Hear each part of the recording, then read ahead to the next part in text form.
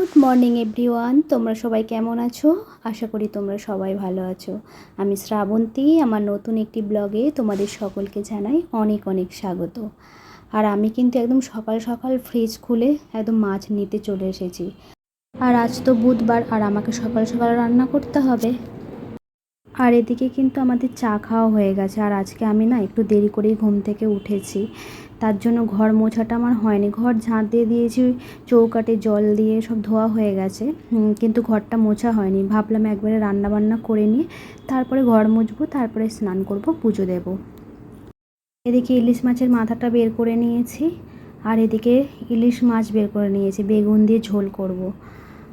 আর এদিকে দেখো প্রেসারে দিয়ে দিয়েছি কিন্তু কচুর শাক। কচু শাকটা এভাবেই অল্প অল্প করে দিয়ে দেবো। জানো তো কচু শাকটা এতটা বেশি ছিল, আর সেদ্ধ হওয়ার সময় কত অল্প আমি বুঝতেই পারিনি। আমি জানি হয়তো অনেকটাই হবে। জানো, এই দেখো আমার সেদ্ধ হয়ে গেছে, আর জল ঝাড়াও হয়ে গেছে। দেখেছো কতটুকু হয়ে গেছে, দেখো তোমরা। আর এদিকে আমি মাছের মাথাটা তাই ভাবলাম যে চারটে আছে, তো আমি ভাবলাম দুটোই দিই, তাই জন্য দুটো ভেজেছি। কারণ কচু শাকটা একদম অল্প হয়ে গেছে, চারটে দিলে একটু বেশিই হয়ে যাবে। হ্যাঁ দেখো আমার কচু শাকটা কিন্তু প্রায় হয়ে এসেছে। দেখো তেলটাও একদম ছেড়ে দিয়েছে। দেখো ফাইনাল লুকটা, কচু শাকের ফাইনাল লুক। আর আমি কিন্তু ইলিশ মাছের মাথা দিয়ে কচু শাকটা এই প্রথম রান্না করলাম, আর সত্যি বলছি খুব ভালো হয়েছে খেতে।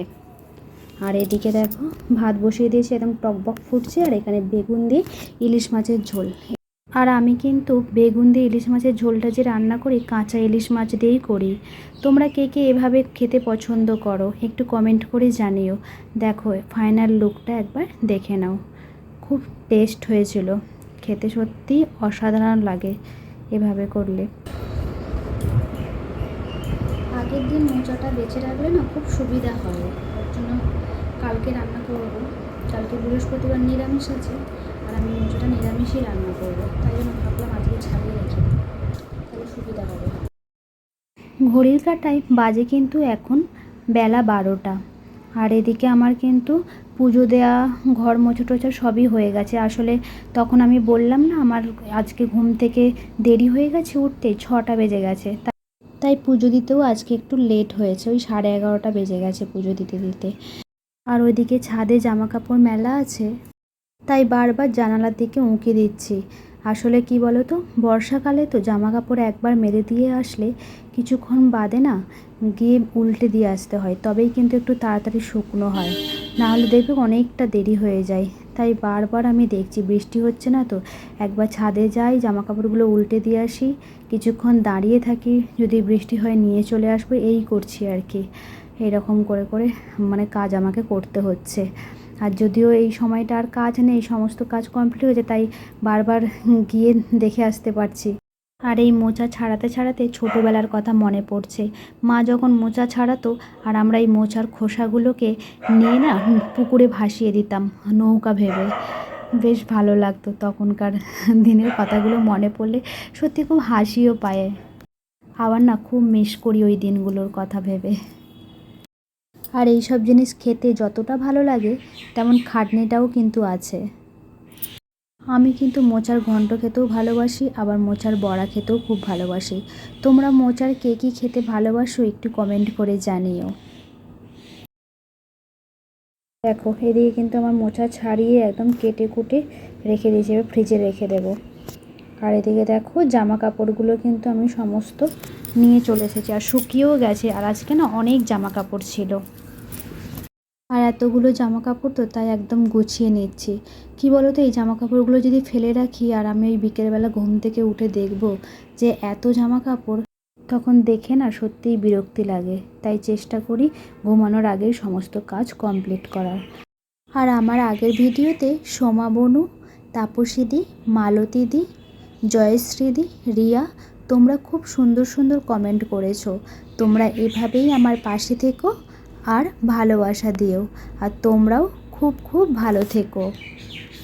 আর তোমাদের এই পজিটিভ কমেন্টসগুলো আমাকে খুব উৎসাহিত করে, তখন মনে হয় আরও ভালো ভালো ভিডিও বানিয়ে তোমাদের উপহার দেওয়ার চেষ্টা করব। আর তোমাদের সাথে কথা বলতে বলতে এদিকে কিন্তু আমার জামা কাপড় গোছানোর কাজটা কিন্তু অনেকটাই এগিয়ে গেছে। আর আমি এরপর তো খাবো, খেয়ে দিয়ে উঠে তো আর ঘুমাবো না, ভিডিও এডিট করব, তারপরে আমি ঘুমাবো। এবার কচু শাকটা কেমন রান্না করেছি একটু খেয়ে দেখবো, দেখি। কোনো দিন তো করিনি, ফার্স্ট টাইম করলাম, তো আবার দেখি কেমন হয়েছে। খুব এক্সাইটেড ছিলাম যে শাকটা কেমন হবে, কি কেমন রান্নাটা হবে।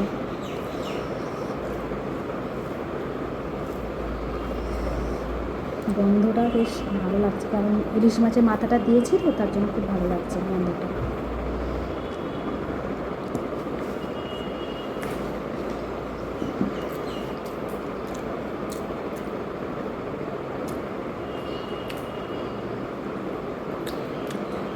সত্যি খুব ভালো হয়েছে। একদিন নিরামিষ করে দেখবো কেমন হয়। ইলিশ মাছের মাথা দিয়ে করলাম একটা টেস্ট, খারাপ না, একদম ভালো হয়েছে। প্রথম রান্না করেছি বলে মনে হচ্ছে, আমি নিজে করেছি বলে বলছি না, খুব ভালো লাগছে খেতে। আর কচু শাকটা আমি এর আগে মনে হয় একবার খেয়েছি, খাইনি। আর ইলিশ মাছের মাথা দিয়ে আমি খাইনি, এই ফার্স্ট টাইম। আর আমার বাপের বাড়িতে এই রান্নাগুলো হয় না, কচু শাকটা আমি কাউকে রান্না করতে দেখিনি। আমার খুব ভালো লাগলো খেয়ে, খুব ভালো লাগছে খেতে। চলো, চলে এলাম একদম সন্ধ্যাবেলা বাজার করতে। কাল যেহেতু রথ, আবার বৃহস্পতিবার, তাই ফুল আর মিষ্টি কিনতে। তাহলে বন্ধুরা আজ এখানেই থাক। আমার ভিডিওটি যদি তোমাদের ভালো লেগে থাকে তাহলে please like, comment, share and subscribe করে দিও। ভালো থেকো, সুস্থ থেকো, সাবধানে থেকো। আবার দেখা হবে নতুন একটি ব্লগে। টাটা বন্ধুরা।